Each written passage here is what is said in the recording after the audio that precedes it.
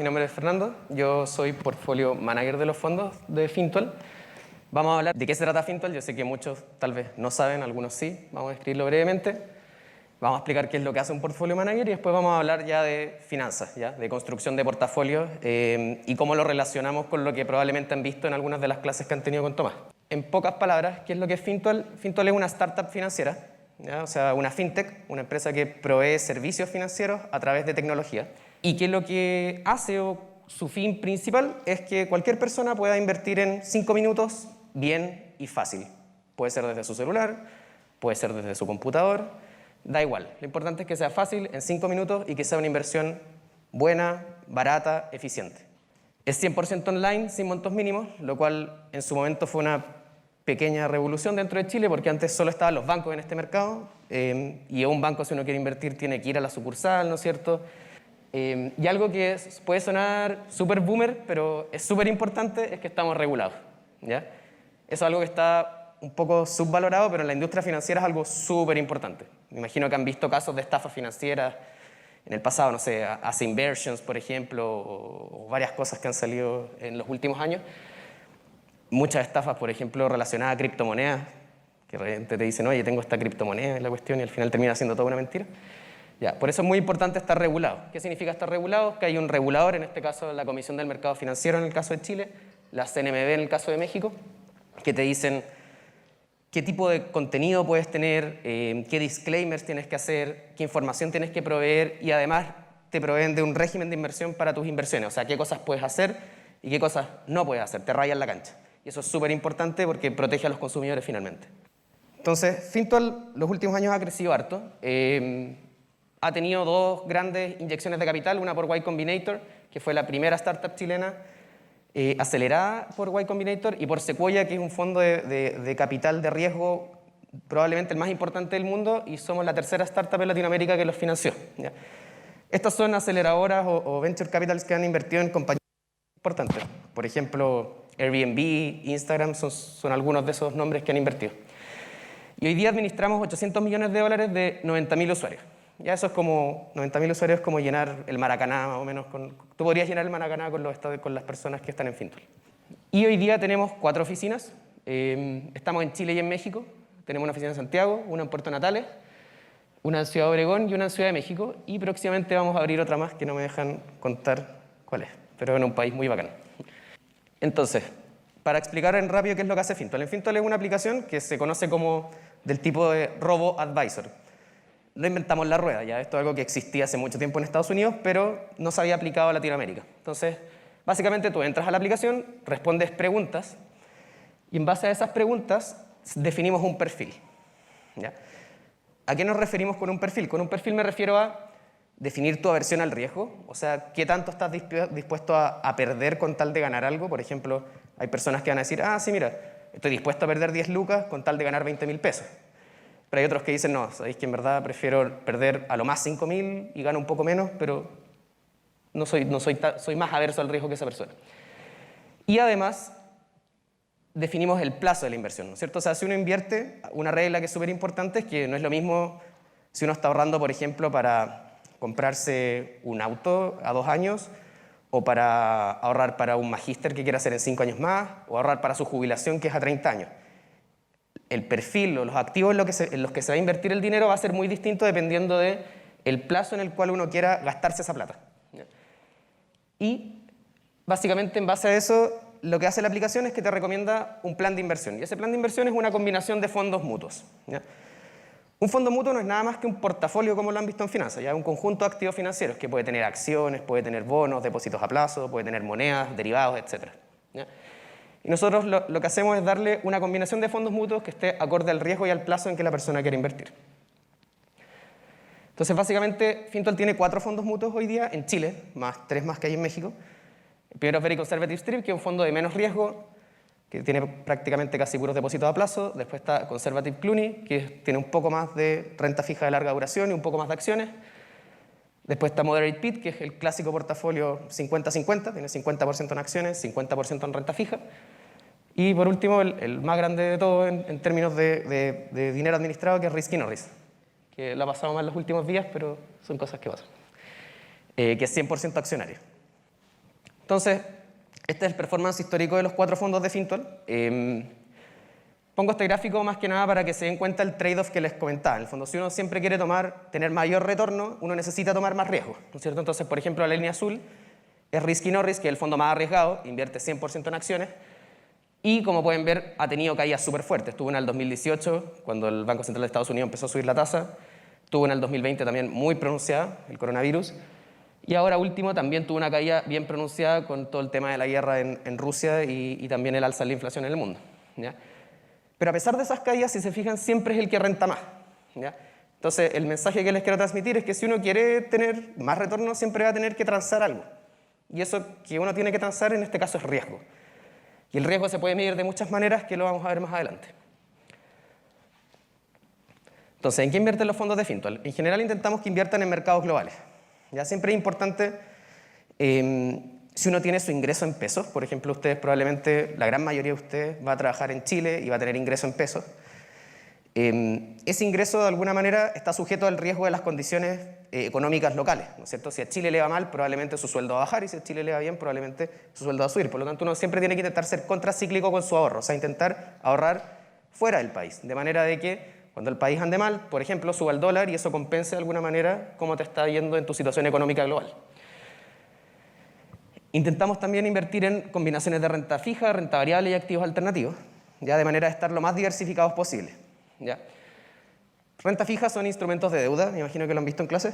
Renta variable, acciones, ¿no es cierto?, el patrimonio de las empresas. Y activos alternativos son también activos de deuda y de equity o de renta variable, pero que no se transan en los mercados públicos. Son activos que son poco líquidos y que por ende te entregan un mayor retorno, pero sujeto a que no puedes retirar tu dinero tan fácil. También intentamos invertir en un alto número de emisores, de nuevo, de manera de estar diversificados. No queremos que los fondos tengan, por ejemplo, riesgo de una empresa en particular. O sea, por ejemplo, si es que, por ejemplo, hace un mes, no sé si supieron lo que pasó con Netflix. Netflix publicó resultados hace un mes, le fue súper mal. Es una empresa que le ha entrado mucha competencia. Me imagino que ustedes también tienen, no sé, HBO, qué sé yo, Roku, lo que sea. Disney. Y le fue súper mal y la acción cayó un 40%, me parece. Y a los fondos de Fintual no les pasó nada, ¿ya? Y la idea es que pase eso, a pesar de que tengan inversiones en una compañía que sea muy chiquitita, de manera que el riesgo idiosincrático, que se llama, o el riesgo de las compañías en particular, esté diversificado y solo que es expuesto al riesgo sistemático, que es el riesgo del mercado. Y la forma más eficiente de obtener esas 3 cosas de ahí es invirtiendo en una cosa que se llaman ETFs, ¿ya? Que tal vez algunos los conocen, pero siempre es bueno repasar en la definición. Y un ETF no es nada más que un fondo que transa en la bolsa, ¿ya? Y que invierten en cientos de compañías. Entonces, en vez de comprarme una acción, yo me compro un ETF y ese ETF invierte en miles de compañías. Y de esa manera, yo si tengo un pool en mi fondo de 10 ETF, quedo con 8.000 compañías, 9.000 compañías invertidas de manera barata, eficiente y líquida. ¿Ya? Entonces, ¿por qué no invertimos directo en acciones o en bonos? Bueno, básicamente porque lo que les comentaba, no queremos estar expuestos a un emisor en particular. Entonces, los fondos de Fintual están invertidos en más de 9.000 emisores hoy día, que son muchas empresas a lo largo del mundo, y eso nos permite cobrar más barato. Además de ser una fintech y no tenemos sucursales físicas y cosas que te suban más costos, te permite cobrar más barato. Entonces, hoy día cobramos un 1,19 versus un 3% más o menos, que es lo que cobra la industria.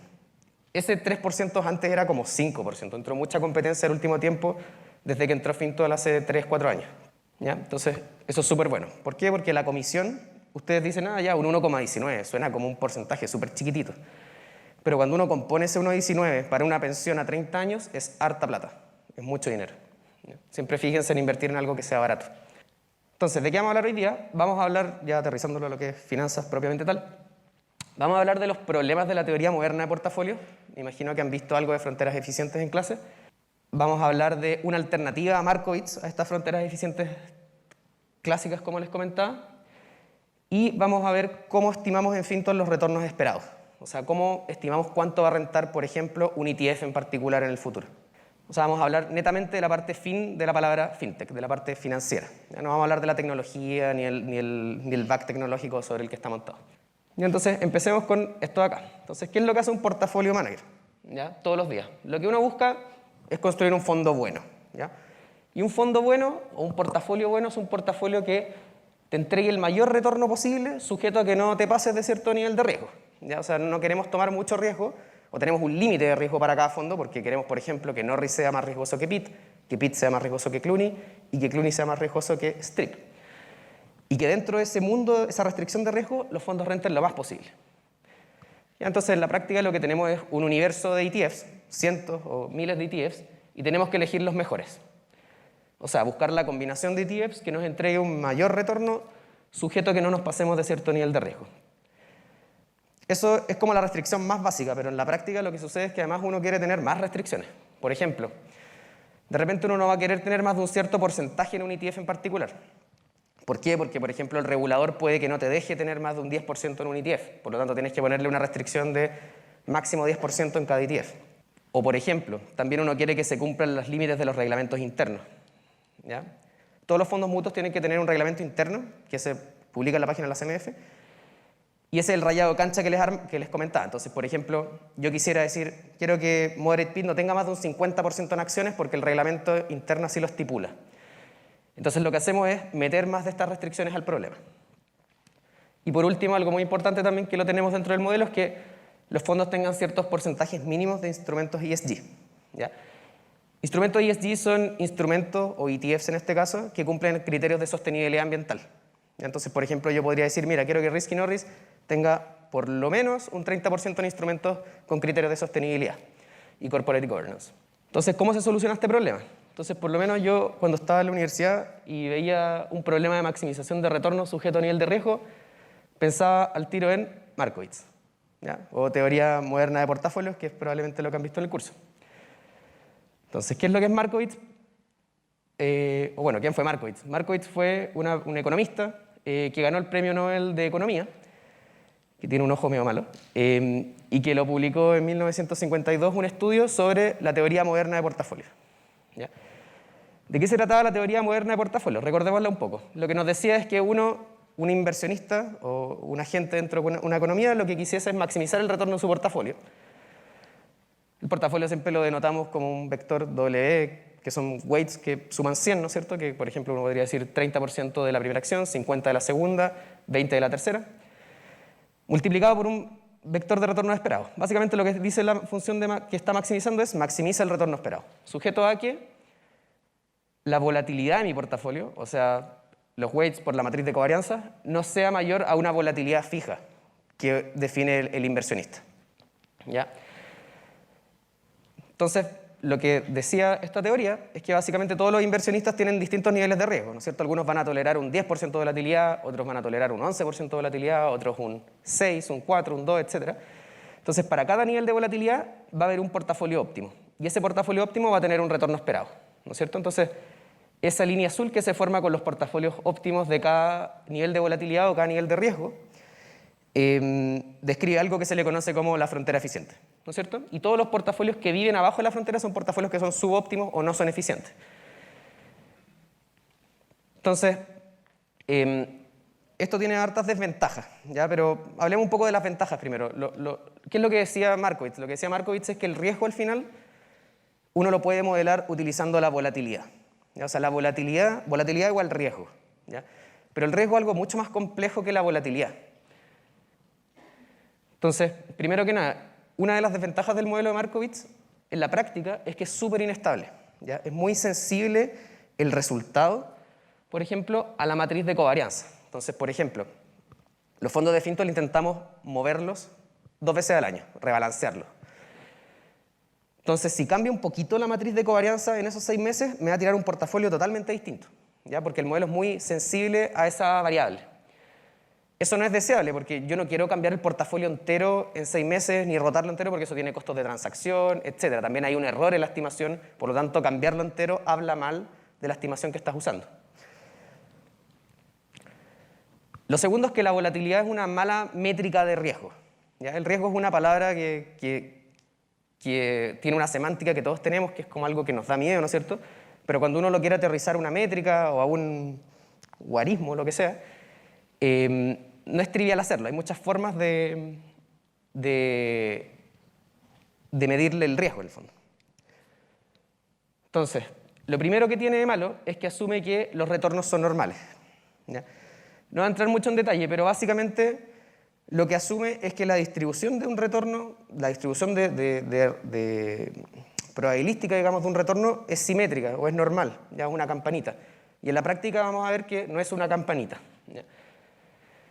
Segundo, la volatilidad en general se calcula con retornos de corto plazo. ¿Ya? Por ejemplo, si yo estoy invirtiendo para una jubilación, que es en 30 años más, me da lo mismo si Risky Norris se mueve un 3% hoy día y cae 3% mañana y sube 10 pasado y cae 20 pasado mañana. Pasado mañana. A mí lo que me importa es lo que pasa en el largo plazo. ¿Ya? Por lo tanto, una métrica que se basa en retornos de corto plazo no puede ser muy buena cuando uno está simulando un proceso estocástico de largo plazo. Y lo último es que no es una medida de riesgo monótona. ¿Ya? Una medida de riesgo monótona lo que dice es que si yo tengo una acción A que siempre renta negativo y tengo una acción B que siempre renta positivo, la acción B tiene que ser menos riesgosa que la A, porque en el fondo esta siempre renta negativo y esta siempre renta positivo. Sin embargo, si se fijan con la volatilidad, la acción B que siempre renta más puede tener más volatilidad, ¿ya? Y eso está mal desde una perspectiva de riesgo, ¿no es cierto? No puede ser que sea más riesgoso algo que siempre renta más que el otro. Entonces vamos a ver cómo resolvemos estos problemas, al menos en Fintol.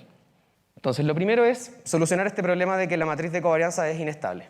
¿Ya? Que el problema es inestable porque la matriz de covarianza es muy sensible. Entonces lo que podemos hacer es mejorar esto utilizando algo que se llama simulaciones de Monte Carlo, que no sé si lo han visto en algún curso. ¿Ya? Es bien típico en ingeniería. ¿Qué son las simulaciones de Monte Carlo? Básicamente digo ya, tomo la historia de retornos de los activos, tomo el retorno medio que tuvieron, tomo la desviación estándar que tuvieron, o supongo alguna distribución detrás de esos retornos, y genero 1000 escenarios sintéticos.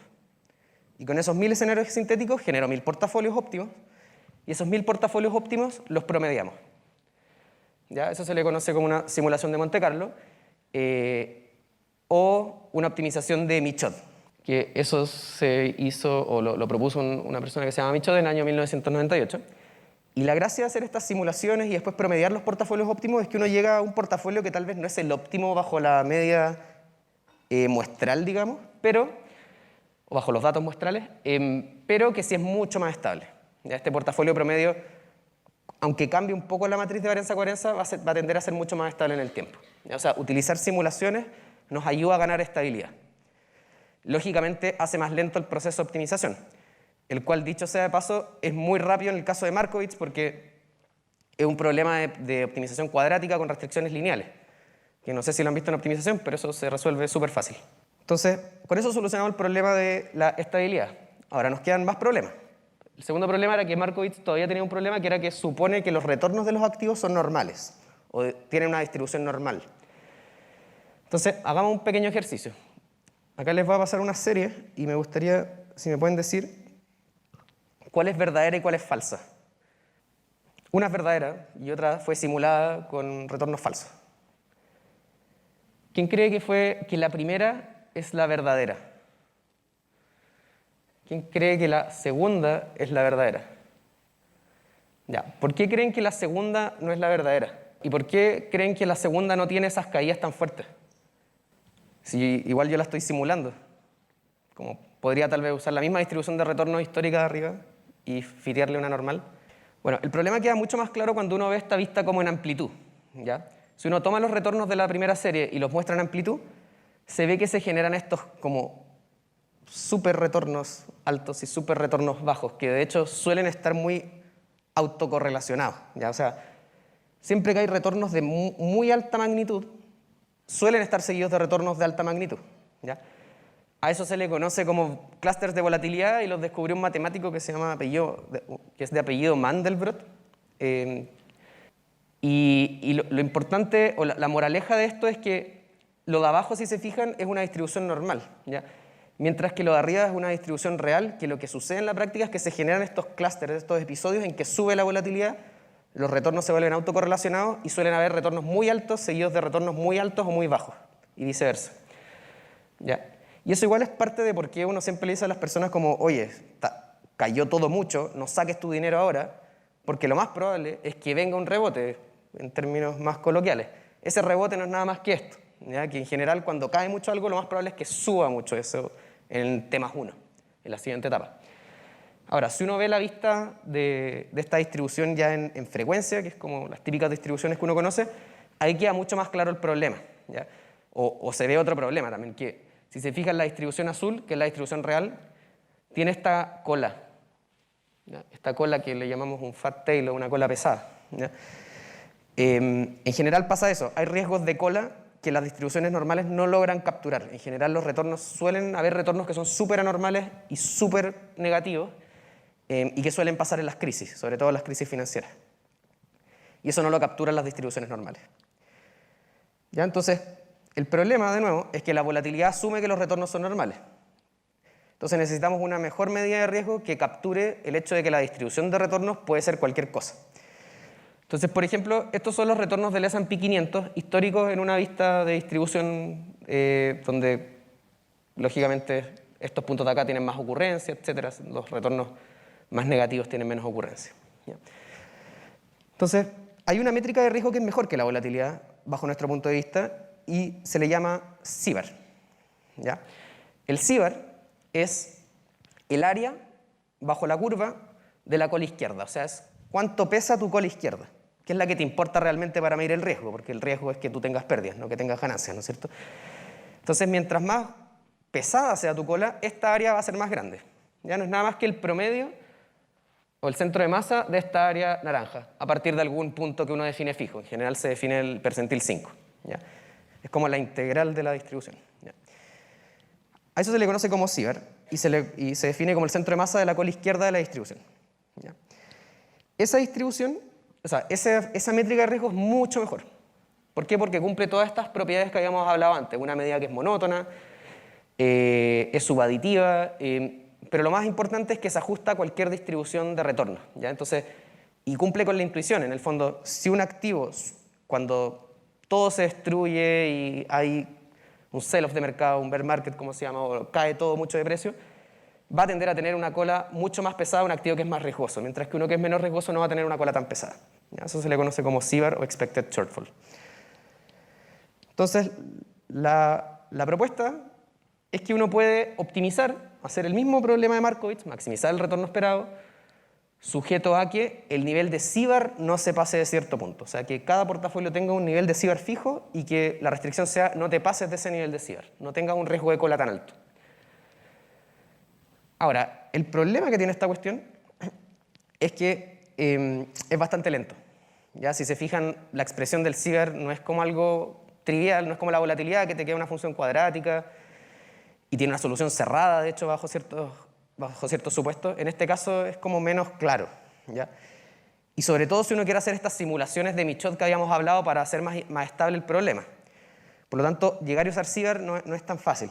Entonces, aquí entra un paper que se publicó el año 2002 de otros investigadores de apellido Rockefeller y Uriasev, que lo que te dicen es, mira, tú puedes hacer una optimización de portafolio utilizando CIBAR y utilizando estas simulaciones de Monte Carlo y hacerlo como un problema lineal. ¿Ya? No sé si se acuerdan de optimización, los problemas de optimización lineal, como simplex. Eso es súper rápido para un computador. ¿Ya?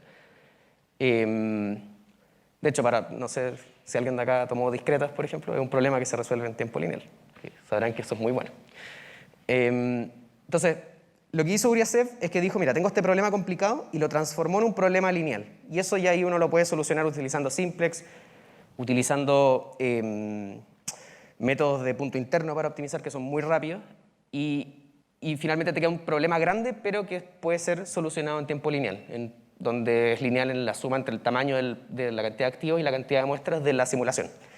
Y como es un problema lineal, uno le puede agregar estas restricciones lineales que queríamos, como por ejemplo un mínimo de porcentaje de instrumentos con sostenibilidad ambiental o un mínimo porcentaje de instrumentos de renta variable, o incluso algunas restricciones más sofisticadas que hoy día estamos agregando a los portafolios como restricciones factoriales.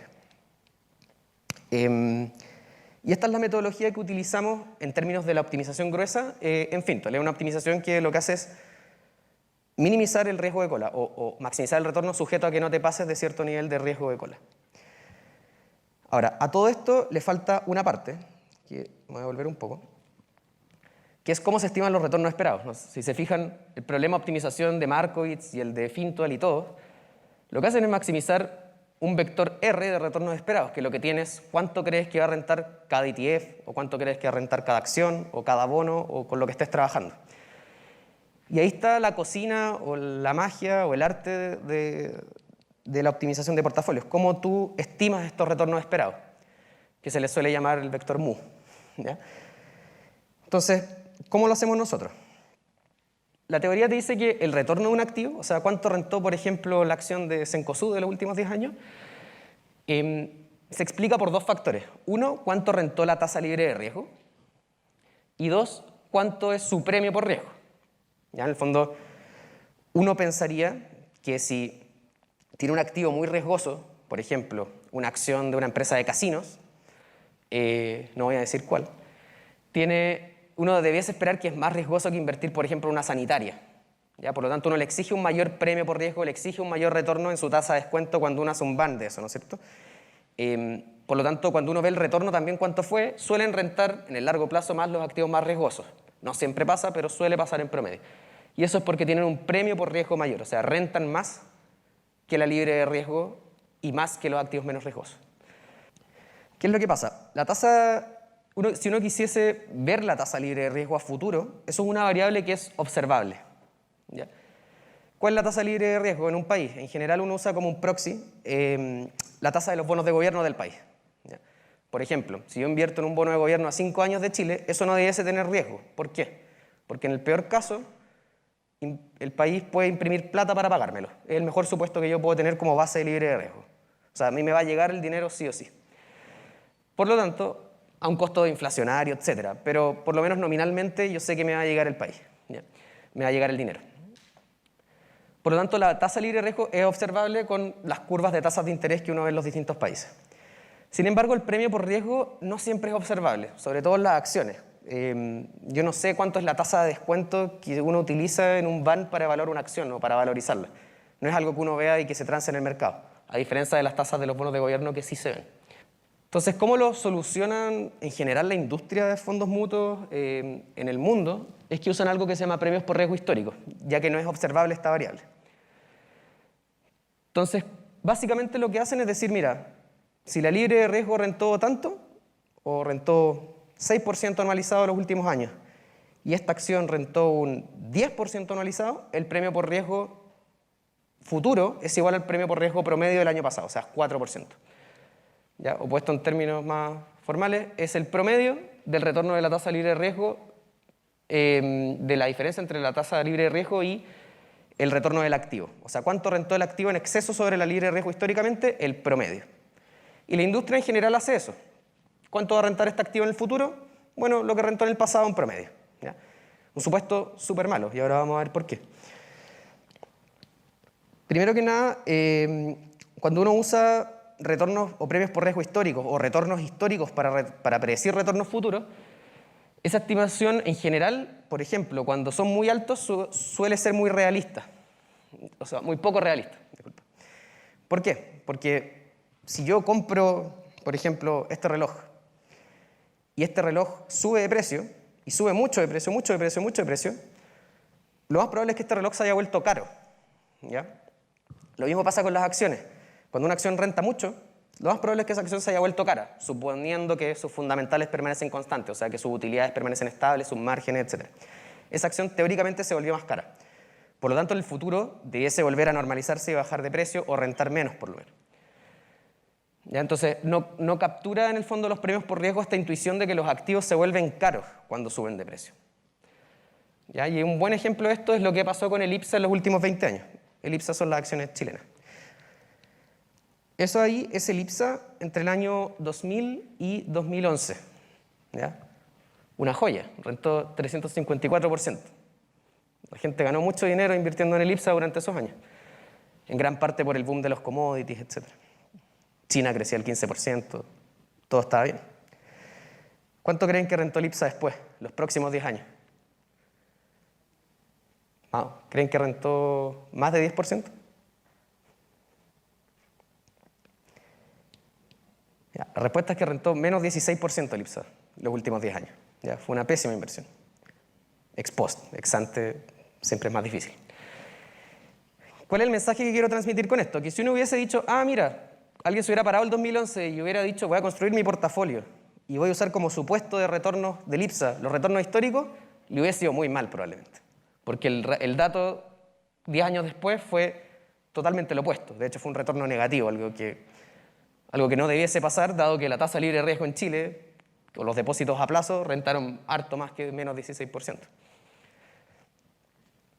Por lo tanto, el supuesto de usar retornos históricos para predecir el futuro es súper malo, ¿ya? Entonces, la alternativa que usamos en Fintual es usar algo que le llamamos premios por riesgo implícitos, ¿ya? Entonces, ¿qué es lo que hacemos? En teoría, como dice ahí, los precios actuales debiesen incorporar exclusivamente información de expectativas futuras, ¿ya? Yo imagino que lo han visto en clases, pero cuando uno calcula el precio de algo, ¿qué es lo que hace? ¿Qué calcula? ¿Qué suma? Por ejemplo, en un bono. Los flujos futuros, ¿no es cierto? Un precio lo único que tiene es la suma de los flujos futuros descontados una tasa de descuento, teóricamente. Entonces, a ese modelo se le conoce, a ese modelo adaptado al caso de las acciones se le conoce como modelo de Gordon, ¿ya? Que es que el precio financiero representa la suma de sus flujos de caja futuros, descontadas a una tasa de descuento adecuada, o sea, una tasa de descuento que refleje el riesgo del instrumento.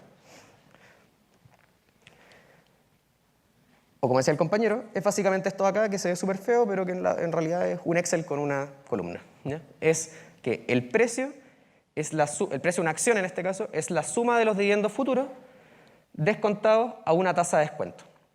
Y esta tasa de descuento, como habíamos dicho antes, se puede descomponer en dos factores. La tasa libre de riesgo, que uno la puede observar en el mercado, como la tasa de los bonos del gobierno que habíamos dicho, y un premio por riesgo, ¿ya? Ese premio por riesgo no es observable, como habíamos dicho, pero el precio sí, la tasa sí, y el dividendo podemos estimarlo en base, por ejemplo, al consenso de ciertos analistas o a proyecciones que uno puede hacer en su casa. Pero lo relevante de todo esto es que uno tiene todos los datos para poder despejar con un solver este equity risk premium o premio por riesgo implícito. Y esto es una medida mucho mejor porque ¿qué es lo que pasa? Si el precio sube y todo permanece constante, el premio por riesgo debiese caer, ¿no es cierto? O sea, el activo se vuelve menos atractivo porque tiene un menor retorno esperado, un menor spread sobre la libre de riesgo, un menor premio por riesgo, un menor premio. En cambio, si el precio cae, el premio por riesgo sube, ¿ya? Y este es el modelo que utilizamos en Fintual. En el fondo, tomamos el precio, por ejemplo, del S&P, estimamos los dividendos del S&P en la perpetuidad, tomamos la tasa libre de riesgo, que es observable, por ejemplo, la tasa de los bonos del Tesoro de Estados Unidos, y a través de un solver podemos despejar el premio por riesgo. Y con eso obtenemos una medida que es mucho más, es teóricamente mucho más correcta, porque, de nuevo, los precios no tienen información del pasado, solo tienen información del futuro. Y de hecho, si se fijan, ha sido una muy buena medida predictora de riesgo en el pasado, ¿ya? O sea, este gráfico acá lo que muestra es, en el eje X, es este retorno esperado utilizando la metodología implícita para el caso del S&P 500, y el eje Y es cuánto fue el retorno 10 años después, ¿ya? Si se fijan, con el caso del IPSA, el estimador fue súper malo cuando usábamos retornos esperados pasados. Pero si hacemos los implícitos, en el caso del S&P, por ejemplo, hay una correlación bastante clara. O sea, a mayor premio por riesgo, el retorno 10 años después es mucho mejor. Y a premios por riesgos bajos, los retornos suelen ser bajos, ¿ya? Lo cual hace, o sea, lo que les quiero comentar con este gráfico es que teóricamente está bien, porque la metodología solo utiliza información del futuro, y empíricamente hay evidencia de que ha funcionado bien. O sea, ha sido un buen predictor de retornos en el pasado. Entonces, el resumen del proceso de optimización y de cómo construimos los portafolios en Fintual es básicamente, recibimos 4 inputs: la historia de retornos de cada activo para poder tener las distribuciones, el vector de tasas de interés de Chile, que es básicamente cuánto es la tasa libre de riesgo a cada plazo, un premio por riesgo de las acciones y bonos, que lo calculamos en base a esta metodología, y los límites de inversión, cuánto porcentaje de renta variable, cuánto es el CIBAR de Norris que podemos tener máximo, cuánto es el CIBAR de Pitt, qué porcentaje de ESG queremos tener en los portafolios, etc. Y todo eso lo metemos a la juguera. ¿Qué es la juguera? Esta optimización de Uriasev que habíamos comentado. O sea, maximizar el retorno esperado, sujeto a que el CIBAR no se pase cierto límite, que los pesos de los ETF no pasen los límites de los reglamentos internos que nos pone la CMF y estos límites de ESG, etc. Y con eso, el output final del proceso de optimización es una cartera óptima, ¿ya? Que lo que tiene es el peso óptimo que tiene que tener cada ETF en base a todas estas simulaciones y a todas estas optimizaciones que se hacen en cada una de las simulaciones. Entonces, algunos comentarios finales. Vamos a hacer un poco rápido. Primero que nada, el proceso también incluye algo de criterio, ¿ya? En el fondo, no todo es cuantificable. Por ejemplo, ¿qué pasa si tengo un ETF que tiene 6 meses de historia? Su distribución de retornos probablemente va a ser muy poco fidedigna porque no ha pasado por ninguna crisis, tenés pocos datos, etc. Por lo tanto, muchas veces hay decisiones de criterio, como por ejemplo decir, mira, completemos la historia de este ETF utilizando este otro que se parece mucho, cosas de ese estilo. Otras cosas. ¿Cómo se define el universo invertible? ¿Sobre qué corro toda esta cuestión? ¿Sobre qué dataset? Básicamente lo que hacemos es que analizamos un universo mucho más grande y pasamos por due diligence todos los ETF y todos los fondos que entran dentro de la optimización. ¿Ya? Un due diligence me refiero a ver, por ejemplo, cuál es la comisión que cobra un ETF. ¿Ya? Por ejemplo, si tengo 10 ETFs que siguen al Nasdaq, van a ser todos idénticos porque siguen al Nasdaq, pero no todos tienen las mismas comisiones, por lo tanto eso pasa por un filtro previo. Por ejemplo, los volúmenes transados. No es lo mismo Fintual cuando tenía 100 millones de dólares a Fintual cuando maneja 800 millones de dólares. ¿Por qué? Porque movemos mucha más plata, necesitamos invertir en activos que tengan mayores volúmenes, que yo pueda vender 10 millones de dólares en un día para poder pagar los rescates o digamos, el dinero que me piden de vuelta, los retiros. El tamaño de los ETFs, ¿no es cierto? Si yo le meto mucha plata a un ETF chiquitito, me van a cobrar muchas comisiones, ¿ya? Y eso no lo queremos. Queremos minimizar las comisiones. Entonces, todo eso se pasa por un filtro previo, que no entra en la optimización. Y lo último, dos cosas en las que estamos trabajando ahora, que son súper interesantes.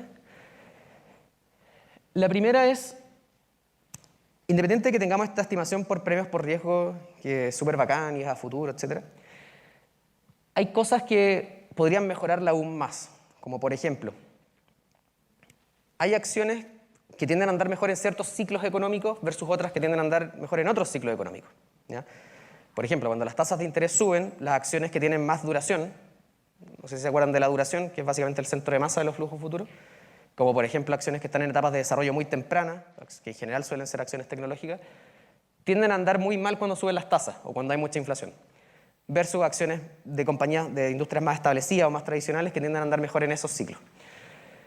Entonces, para poder capturar eso, lo que estamos trabajando ahora es cómo trabajar con estas distribuciones de retornos y condicionarlas a el estado macroeconómico actual.